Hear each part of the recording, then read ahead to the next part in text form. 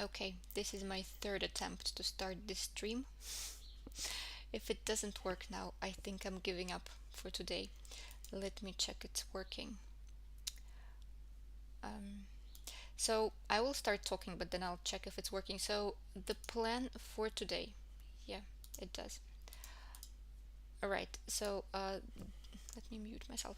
The plan for today is to cover all the mechanism of free radical, all mechanism for A-level chemistry, and this is the order in which I will be doing that. Yeah, so free radical substitution, electrophilic addition, elimination, nucleophilic substitution, nucleophilic addition, nucleophilic addition, elimination, and electrophilic substitution.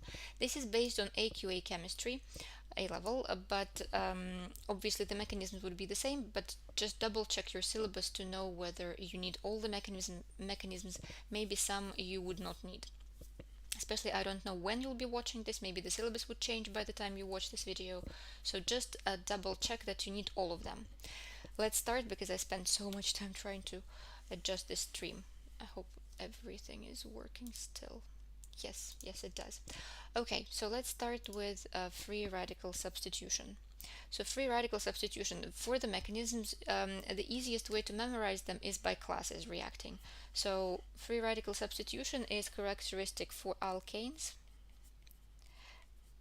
reacting with halogens, Cl2, Br2, I2, F2. An example of reaction of free radical substitution, let's say it's methane reacting with chlorine, so that's substitution. So I'm substituting one or more hydrogens, in this case I'll do one, by chlorine. So you see I had 4 H's, now I have 3 and 1 Cl instead of H, and HCl is released. That's the reaction, that's not the mechanism. In the mechanism, we need to show where electrons are going and to show the steps, yeah, in which, like mechanism, it shows small steps in a reaction that leads to the formation of products. So free radical substitution, step 1. Step 1 is called initiation. In initiation step, we take our molecule of halogen, whatever it is, in this case it's Cl2, and in the presence of UV light, it would be split into 2 chlorine radicals. The radicals are denoted by dot. The dot means a radical, which means that the atom has an unpaired electron. So this is enough for the mark, but then if you want to understand what's happening, so you know how chlorine, well, if I show outer electrons, it looks like this, and so what UV light does is it splits the bond evenly. So we have a homolytic bond fission here, like this, right? And you see each chlorine atom ends up with an unpaired electron. That's a highly reactive species. Okay, first initiation. Then second step would be propagation. Propagation consists of 2 sub-steps. So you take your alkane that you have in the reaction, so in this case CH4, and react it with the free radical that you formed in the first step. And then propagation means that you have radicals on both sides, so you're propagating your chain of free radicals. Remember that a Cl would take hydrogen from an alkane always, right? So you just detach alkane. In any first propagation step, you always do that. You take hydrogen atom from your alkane and attach it to Cl radical. So you form HCl, and whatever is left, in this case CH3, that's your free radical. Where to put the dot, it's a little bit, it depends a little on the syllabus, but if you put it on carbon, that's always the correct way, because carbon is the one with an unpaired electron. But the vast majority of boards, it allows the dot to be here, so that doesn't really matter. You can always put it on the right side. I prefer this because, just to be safe. Okay, that's the first propagation step. We formed the CH3 radical. Then we take that CH3 radical and react it with another molecule of halogen, so with another molecule of chlorine. And we form our product, a halogenoalkane, CH3Cl. Yeah, so the chlorine atom takes away the, well, it's attached to the CH3 radical. And, can you see it? Yes. And then Cl radical is released, right? So Cl splits again. And what happens here? So why is this propagation? Well, it's a propagation because we're propagating the chain of chlorine radicals. So you see, we we like consumed one chlorine radical here and regenerated it there. So essentially, chlorine radicals, they act as catalysts, right? So you consume it in one step, regenerate in another. So it means that you don't need many chlorine radicals to have this reaction going, just like you would with catalyst. Propagation step, and the final step is termination. In the termination step, you just combine your radicals in all possible combinations. So what can we do? Well, we can combine a CH3 radical with Cl. So we only have CH3 and Cl radical, and we just combine them. If CH3 combines with Cl, they form a bond to form CH3Cl. If Cl binds to Cl, also possible, they can bump into each other and regenerate or like reform a Cl2 molecule. And also another possibility is if two CH3 radicals would combine. And then what would we get? Well, we would get ethane, CH3CH3.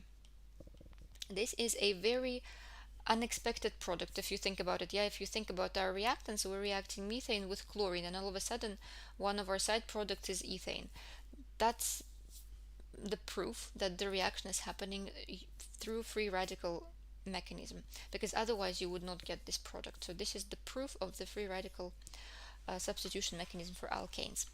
Right. So initiation, you form free radicals from a halogen, then in propagation you consume the radical, then regenerate, and in termination just collide radicals in different combination. That is free radical substitution for alkanes. Next mechanism. The next mechanism, let's do electrophilic addition. So what do we need for electrophilic addition? So electrophilic addition, it's characteristic for alkenes, right? So it would be alkenes reacting with something, with an electrophile, obviously, yeah, with something electrophile. Addition means that you will have one product, so you would not have any side products like you had HCl, for example, in the previous mechanism. And electrophilic, what does it mean? It means that the small species that you're adding to your organic molecule will act as an electrophile. So it would be attracted to the positive charge. That's not the official definition. Official definition is that an electrophile, it's a lone pair acceptor, right? So it's something that will be able to accept a pair of electrons from an alkene. Not necessarily lone pair, just any pair of electrons. An example of an electrophilic addition reaction, well, let's write down the easy one first. So let's say we have an ethene and reacted with bromine. So double bond breaks. I just form a single bond, and then bromine is attached to both carbons. That's just the reaction, that's not a mechanism yet. Let's now write how it goes. Let's write the mechanism of electrophilic addition. But you see that it's addition, right? Because I literally merged two molecules together. Okay, let's write it down as the mechanism. For the mechanism, you don't really have to write it displayed, but I will, just to better show where electrons are going. And bromine I would write as BrBr. Alright, this is a double bond, right? So what do we have here? We have a double bond which has a high electron density, right? Because there are those pi clouds. Then what else do we have? We have a bromine molecule which is, strictly speaking, like generally it is non-polar, right? It is non-polar. But how is it an electrophile? Well, it is an electrophile because when it comes close to the double bond, it can be polarized. So the electron density of the double bond, it polarizes the molecule in such a way that it induces a dipole, right? So you would have a delta plus on the bromine that's closer to the double bond and delta minus on another one. So electron density is kind of repelled by that double bond. And then because this becomes delta minus, now one of the pairs in the double bond can attack that bromine. So what we do is we would show the movement of electron pairs with arrows. So this bond, I will highlight it. This is a pair of electrons, right? And I would show with the arrow that it moves towards this bromine. Okay, so you always start the curly arrow on the electron pair. So I started on this electron pair, now it goes there. And then what happens to this bond? Well, this bond would also leave. Let's highlight it. So this pair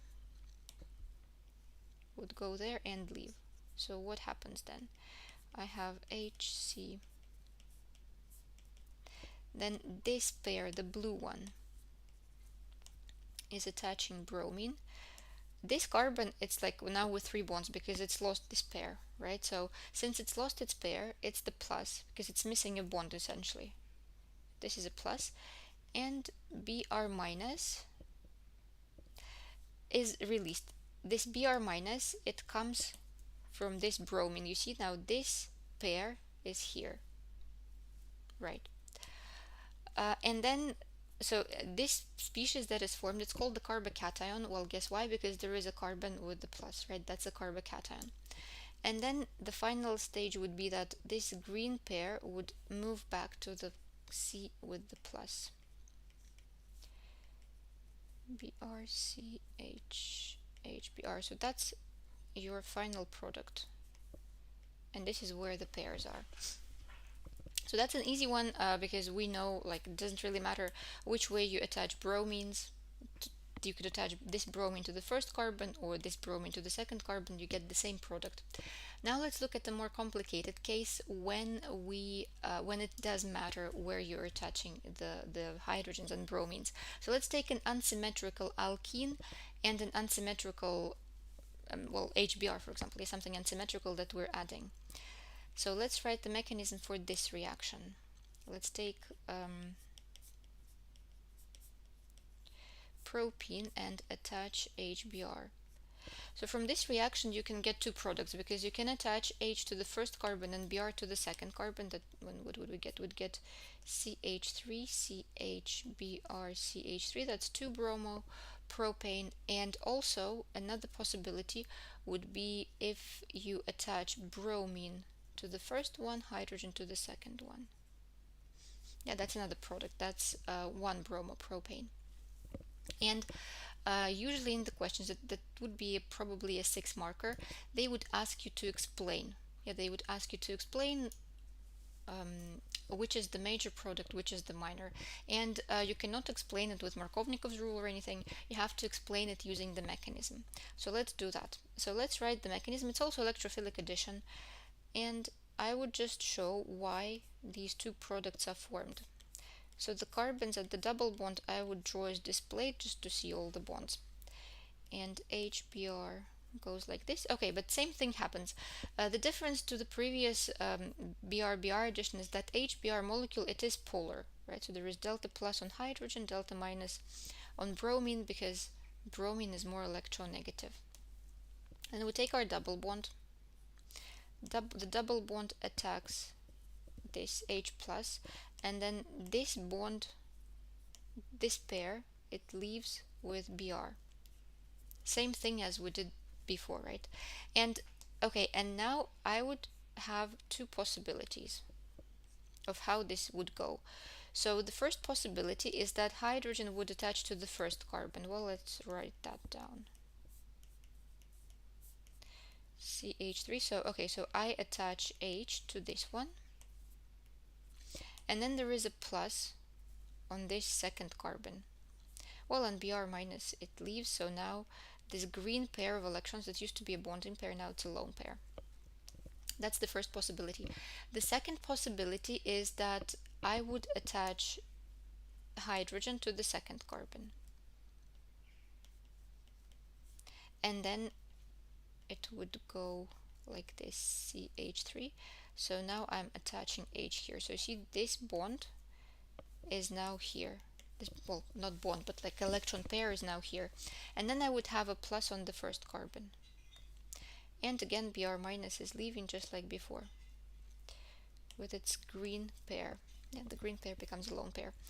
Well, and then also as before, so this pair attacks the plus, this pair attacks the plus, and I get two different products.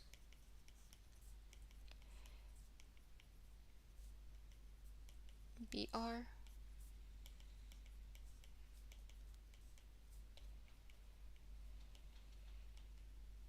and Br. Okay, so the green pair is here, the blue pair is either here or there. Yeah, so I got two products.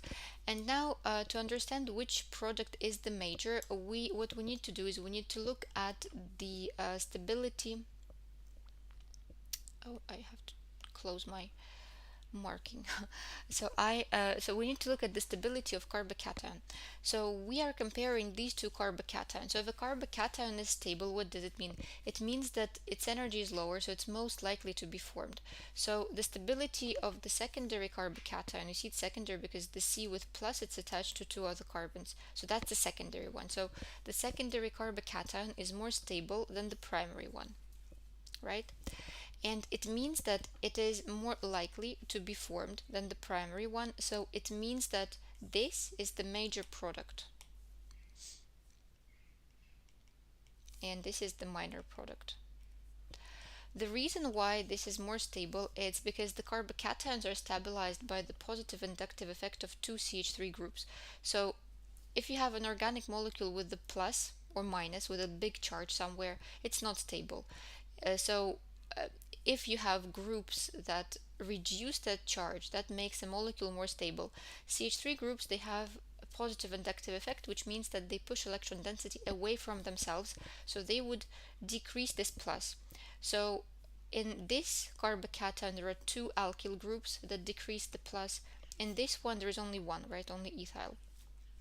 So it means that this secondary carbocation would be more stable, and so it means that it's more likely to be formed. Okay, that's the mechanism. Electrophilic addition. Yes, next one.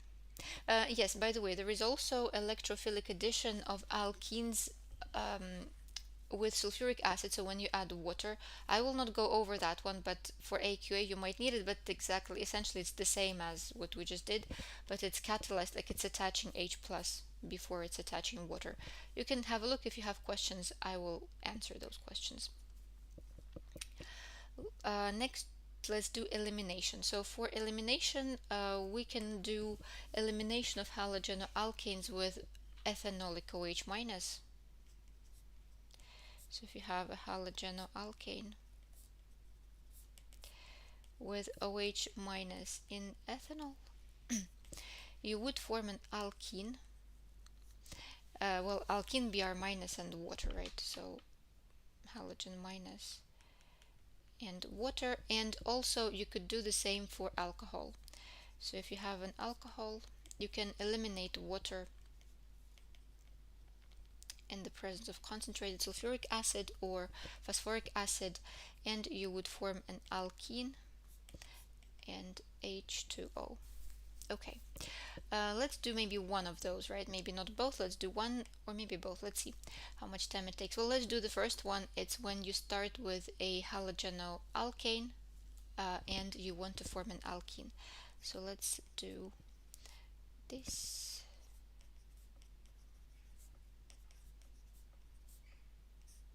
CH3. Remember, if OH minus is not in ethanol but in aqueous conditions, you'd substitute Br by OH minus. Yes, and ethanol is the solvent that would favor elimination. Water is the solvent that would favor substitution. Okay, so I remove HBr. Essentially, I remove H from here or there, from the neighboring carbon, and Br. So I would form an alkene and Br minus and water. H, kind of, you just attach it to OH.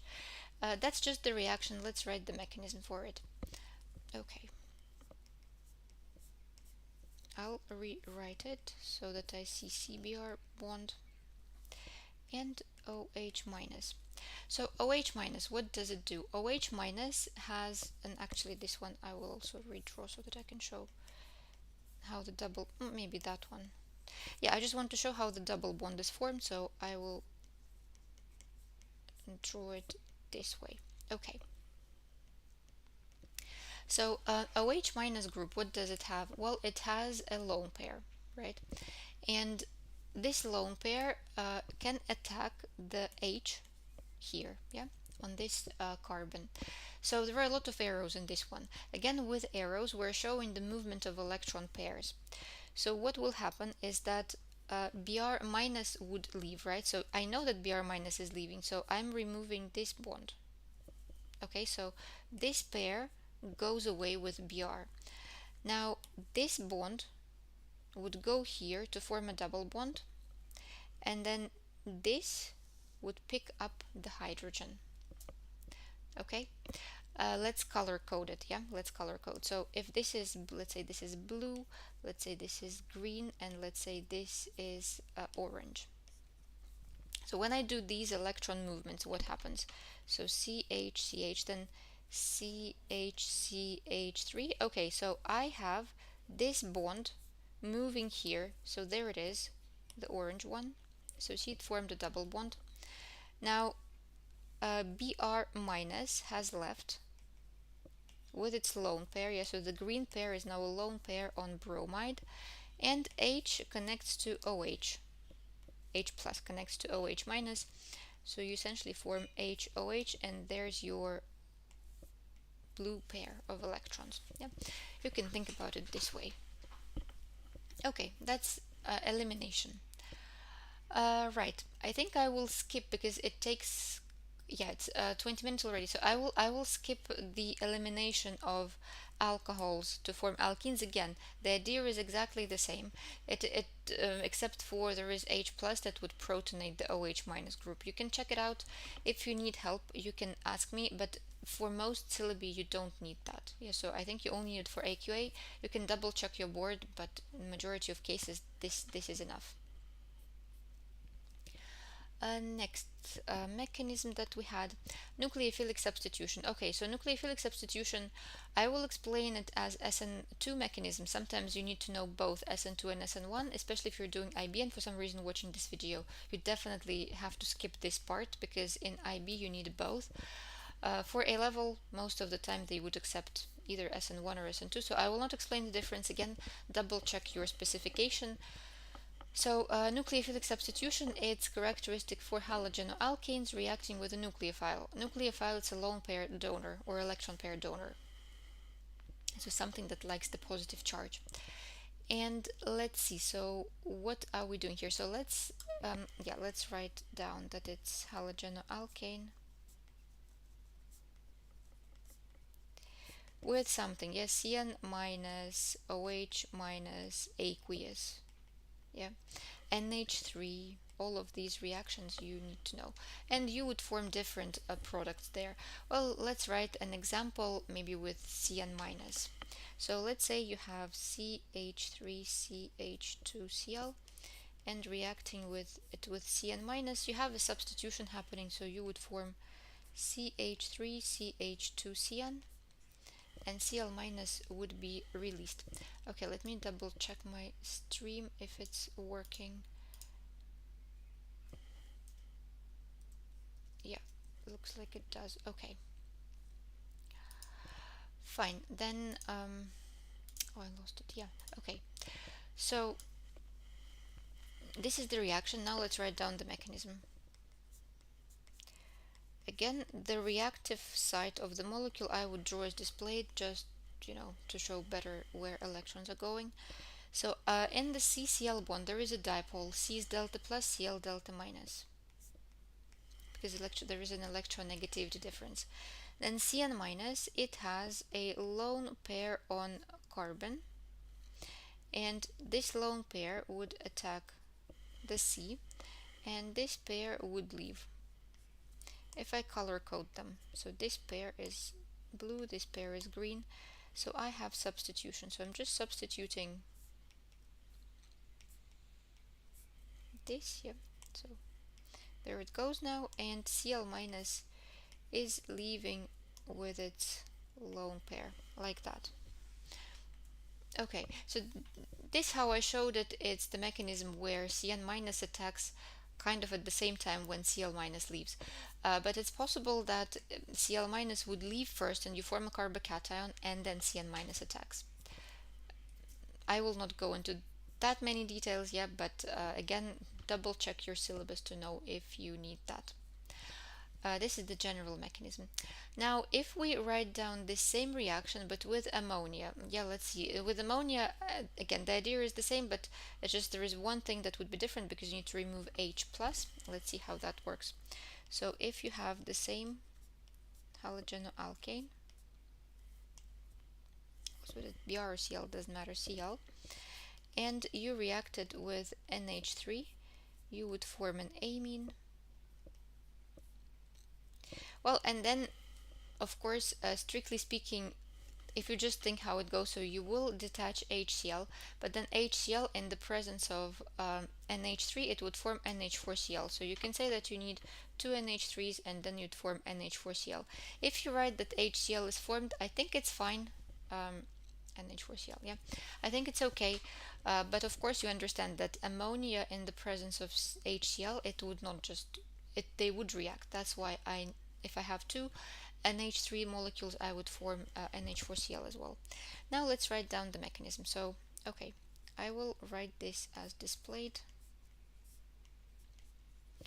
NH3 is our nucleophile. So what happens is that NH3 has a lone pair on nitrogen.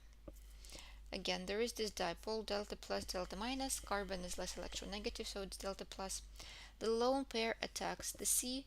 This pair goes away with Cl.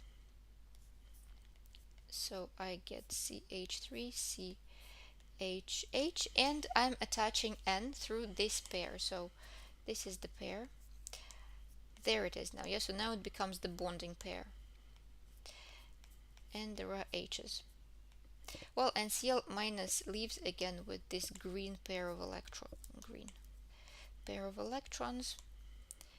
There it is, Cl minus. Now let's look at this molecule more carefully. So, well, at this species, yeah. So you see, nitrogen had a lone pair, and it was neutral, right? So if I write it like that, it's neutral. Now this lone pair, it's forming a bond. What happens to nitrogen? Well, it becomes a positively charged one, right? So it becomes a plus, because essentially now the pair that wholly belonged to it, now it's being shared. That's why it's a plus. Okay? Okay. Then to get rid of the plus, what do we need? Well, that's where the second molecule comes in, molecule of NH3. So now if you take another molecule of NH3, again it has a lone pair, and that lone pair would take one of the hydrogens, so I would move it towards hydrogen, and this pair from hydrogen, it would seal the plus. Yeah, so this pair, it would like compensate for that plus. And from here, what is this? Your NH3 plus H plus, right? So you are forming NH4 plus. So essentially you form NH4 plus and Cl minus. So your final product would be CH3, CHH, and H2. Yeah, so this now is neutral because this pair, it compensated for the plus, so now the plus is gone, and NH4 plus and Cl minus. That's it. Yeah, so you see slightly different, but not too different. Next mechanism. The next mechanism is nucleophilic addition. Okay, so for nucleophilic addition is characteristic for aldehydes and ketones reacting with a nucleophile. Yeah, so it's for aldehydes and ketones reacting, for example, with H minus, HCN, these kinds of things. Yeah. All right. So let's write down the reaction. So let's say we have a ketone. What should we react it with? Let's react it with HCN. Yeah, but again with H minus it's going to be the same. You see, H minus, it's actually not H plus, right? Notice that it's the minus, so that's a reducing agent. Reducing agent coming from, for example, NaBH4 or lithium aluminum H4. So it has a lone pair of electrons. Right, so if it's with HCN, what do we form? We form hydroxynitriles. So I just add hydrogen here and CN there, right? So H goes here, CN goes there. That's the reaction. Addition, because again I'm forming one molecule. Nucleophilic, because you'll see that the first step of this reaction would be that the particle that would attack, it's a nucleophile. What's important? It's important that in this reaction HCN isn't really added. Instead of HCN we would add KCN, the salt, and for example sulfuric acid. The reason for that is that all HCN is toxic. I mean, KCN is also toxic, but probably HCN is more toxic. But the main reason for chemistry is that HCN, it's a weak acid, so it would not dissociate well, right? So it's partially dissociates. And to start this reaction, we really need a nucleophile, so we need a CN minus. And that's why instead of HCN, we would use a salt, because the salt, the soluble salt, for example, KCN or an ACN, it would, since it's soluble, it would dissolve well and it would produce a high concentration of CN minus that we need. Yeah. Well, let's write the mechanisms now. So mechanism itself, so that's CO, CH3, CH3. So there is a dipole on the C double bond O, and the first step of the attack is CN minus from KCN attacking the C delta plus. Alright, let's see what happens here. So we have this pair goes and attacks here, and then the carbon here, it's already full, it already has 4 bonds, right? So this pair has to leave in order to get CN minus enough space to attach here in terms of electrons. So this pair would leave.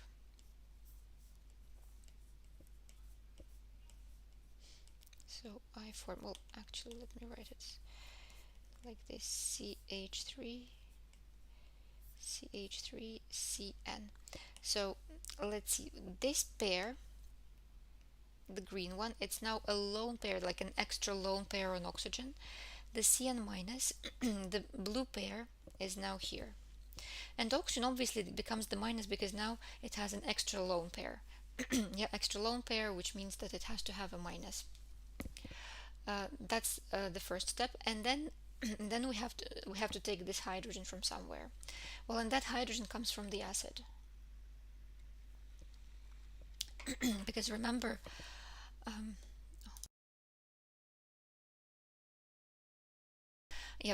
we said that we're adding HCN, not HCN but KCN in the presence of acid, so that's where our H plus is coming into play. So now we're just adding H plus from the acid, and this bond, well, this pair of electrons would attack and form a bond.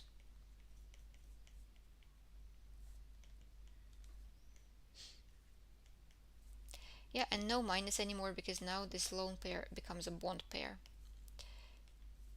You can also, if you're unsure about where to put the minuses, just check the overall charge. So for example, see here, I've added the minus to a neutral molecule. Well, they have to be minus somewhere in here, right? So there it is. And then I'm adding 1 plus to 1 minus, the overall molecule, resulting molecule would be neutral. All right, that was nucleophilic addition. With H minus, you do exact same thing, but it becomes this. In this particular reaction, there are a lot of questions on optical isomers and why racemic mixture is formed. We're not going to cover it here, but in general, you need to know like that, for example, this is planar and it could be attacked from both sides. And so if I had, for example, different substituents, not two CH3s but CH3 and C2H5, then two optical isomers can form. I think we would maybe have another lesson on optical isomers where we covered these kinds of things. So today it's only for mechanisms. Right, that's nucleophilic addition. Next one is nucleophilic addition elimination. Also double check if you need this for your board. For AQA we do need it, but then for the rest you have to check. So nucleophilic addition elimination, an example would be a reaction of acyl chloride with either water or alcohol. Let's do it with water for simplicity. So it's acyl chloride,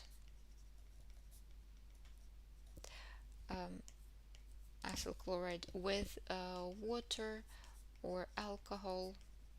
Well, and depending on what you react it with, you'll have different products. Let's write an example with water. So let's take some acyl chloride. Remember what acyl chlorides are. It's just just like carboxylic acid. So if I had it like this would have been a carboxylic acid. Well, if you replace OH with Cl, that becomes an acyl chloride. So this is ethanoyl chloride reacting with water. So you would form CH3COOH and HCl. Right, that's a reaction. Now let's write the mechanism. So CH3 COCl. Again, we see the C double bond O. There is a dipole on well, that's on carbon, right? Delta plus. Then water. It has a lone pair of electrons.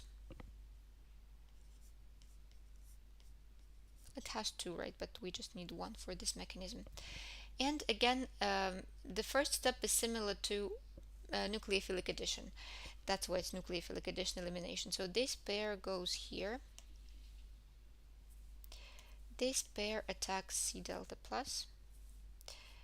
And what do we have? We would have CH3, CO minus, Cl, OHH, yeah. And this would be with the plus. Now let's deal with all the color coding. So this pair is now a lone pair here. Yeah. The blue one, now it's forming a bond. There it is. And again, you see this was a neutral molecule with a lone pair. And I attached this lone pair here, so it means that there would be a plus on oxygen, because now it doesn't have its lone pair. And Cl minus is just there. Right, and then we have to do we have to make an elimination step. So in the elimination step, I would remove Cl minus. Yeah, so this pair would go. And I also have to get rid of the plus, right? To get rid of the plus, I move this pair to to compensate for the plus, and H plus would be released. So my final, and also of course this would go back. Yep. So this pair also goes back to make, because you see, if I remove this bond and don't move the double bond back, then the carbon would have just 3 bonds, which is not possible. Well, then my final structure would be O. There it is. Yes, so now this pair is here. And then OH, the blue pair is still here. And I have Cl minus. This orange pair is a lone pair on Cl minus, and H plus. Oh, H plus and Cl minus, that's HCl, right? So H plus comes from here, so this is the one. That's our H plus coming from there. So we formed ethanoic acid. Yep, this is the ethanoic acid, Cl minus and H plus. Okay, I hope that's fine. That was nucleophilic addition-elimination, and I think, is it the last one? No, we also have electrophilic substitution. That's the last one. So electrophilic substitution, it's the mechanism that is characteristic for reactions of benzene and its derivatives. So whenever you're substituting something into the benzene ring, most likely it would be electrophilic substitution. So it's benzene plus something, yeah, so plus Br2HNO3. It could be CH3COCl again, acyl chlorides, and so on. The most commonly asked question is with HNO3. Let's do that one, nitration of benzene, and then we can also do one with CH3COCl, just to show how the catalyst works. So let's write a reaction of benzene with HNO3. So you'd form a nitrobenzene and water. The catalyst for this reaction is sulfuric acid, both concentrated. Yeah. This is just the reaction. It is electrophilic because NO2 plus that is formed from HNO3 is an electrophile, and a substitution because you see water is detached, so you remove H and HO comes from the HNO3. Let's write, for this mechanism they might ask you to write down the equation for the formation of an electrophile. It's not always, but if they do, it's an extra mark. So formation of an electrophile.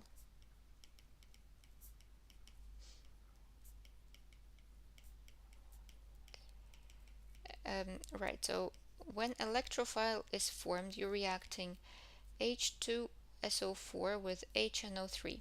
And H2SO4 it's two acids obviously, right? But when they react together, they do react. Surprise.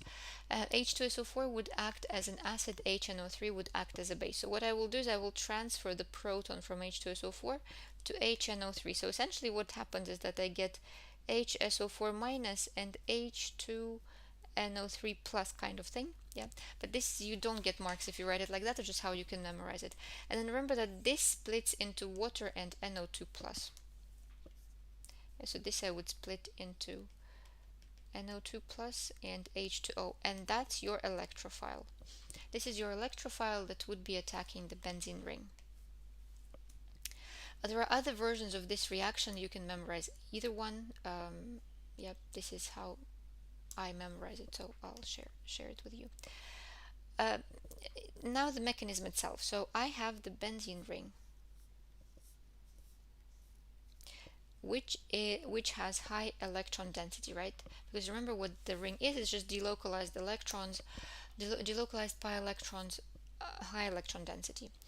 And that high electron density would attack NO2 plus. So NO2 plus is your electrophile. Remember the curly arrows, we always start on electron pair. So I started on the ring, and the delocalization would be broken. So I have electrons here. They would move to form a bond with NO2. There it goes, yeah. And also there is an H. The H isn't new, it's always been there. Yeah, I just didn't draw it here. It was there all the time. There are 6 H's in fact. So it's always there. Now what happens to the ring? The ring is broken, as I said. And because now it's missing electrons, it becomes positive. Yeah, so you have to put a plus inside the ring. Also, you can think about it in such a way that you've added the positive particles, so there must be to a neutral molecule, so there must be positive charge somewhere. Now examiners are extremely strict about how you write this half ring exactly. So if you see if you've attached NO2 here, so if you draw a line like this, you see between the neighboring carbons, then the ring should approximately reach that line. Yeah, so if you draw it too close, if you draw it like that, that's not accepted. If you draw it too small like this, it's not accepted. So approximately it has to be covering, like it has to go from like that. Yeah, so maybe 2/3 or whatever that is. Right, that's one thing to remember about this mechanism. Another thing to remember is that about this arrow, not all the boards are picky, but I'll tell you the ones that are the most picky. They would check where you put this arrow. So you see I drew the arrow in between these two carbons, which means that I can only attach NO2 in either here or there. Yeah, so if I wanted to attach NO2 to this carbon, which would not change anything, yeah, it would be the same nitrobenzene eventually. But I would have to draw the arrow like this, yeah, from here, from in between these two. Also, the opening. So the opening of the ring must face the carbon where you have attached NO2. Yeah, so because this carbon, it already has 4 bonds, right? So it cannot have any electrons there. So the opening must face the carbon to which you're attaching NO2. And then, well, finally, let's see, we have to restore the delocalization, so this pair of electrons goes back. Yeah, so, and you just have your nitrobenzene and H plus. So the pair went back, this pair is here, and H plus is released. And then they might ask you, so this is the mechanism, then they might ask you to show the regeneration of the catalyst, because remember we formed HSO4 minus here, so it looks like we have used up our catalyst because it's not the same as H2SO4. But we can show the regeneration of the catalyst. Check the question. If they ask, they don't always ask. Of the catalyst. And I just react HSO4 minus with H plus to regenerate H2SO4. So you see our real products are nitrobenzene and H2O. Yeah, that's what we wrote, nitrobenzene and H2O. Let me show you one more example, the last one, of reaction of benzene with CH3COCl in the presence of aluminium chloride catalyst. So if you have benzene, again, it's also electrophilic substitution, it's just the formation of an electrophile goes slightly different. And you reacted with CH3COCl in the presence of aluminium chloride or FeBr3, doesn't really matter, so you just need some halogen carrier. And you would form this ketone, yeah, and HCl. So let's see how that works. HCl I wrote there, yeah. Again, same thing happens as with HNO3. We need to form an electrophile first. So formation of an electrophile. Electrophile. So we take our acyl chloride and react it with AlCl3. So AlCl3, it acts as a halogen carrier. So it would just attach the Cl minus, and this would be left with the plus. So that's your electrophile. And aluminium chloride attaches the Cl, so it becomes AlCl4 minus. So this is your electrophile that will undergo the attack by the benzene ring. And the mechanism goes exactly in the same way as it was with NO2 plus. So you have the benzene,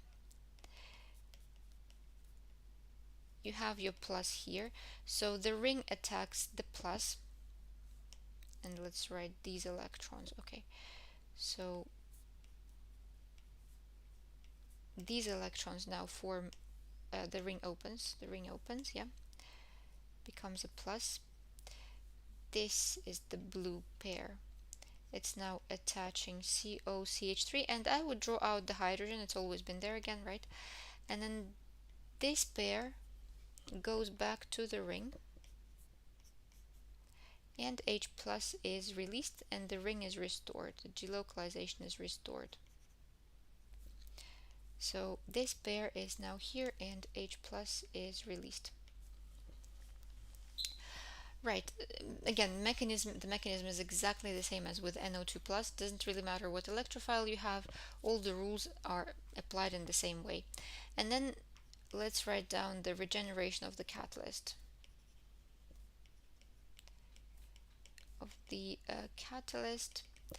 So we have this AlCl4 minus. It can react with H plus to regenerate AlCl3 and form HCl. That's your catalyst AlCl3. It is regenerated. Alright, so we're done with this. So we went over all the mechanisms that they might ask you in A-level chemistry. Of course, double check the ones that you do not need, and remember that I skipped some of the electrophilic addition, just some specific examples of electrophilic addition mechanisms, specifically with with acid catalyzed addition of water to alkenes. So you can check them out. Not every board would need them. So I'll let you go, and next time, I think the next lesson we scheduled for tomorrow, and it was about structure, IB chemistry, structure 1.1 to 1.3. Okay, see you then.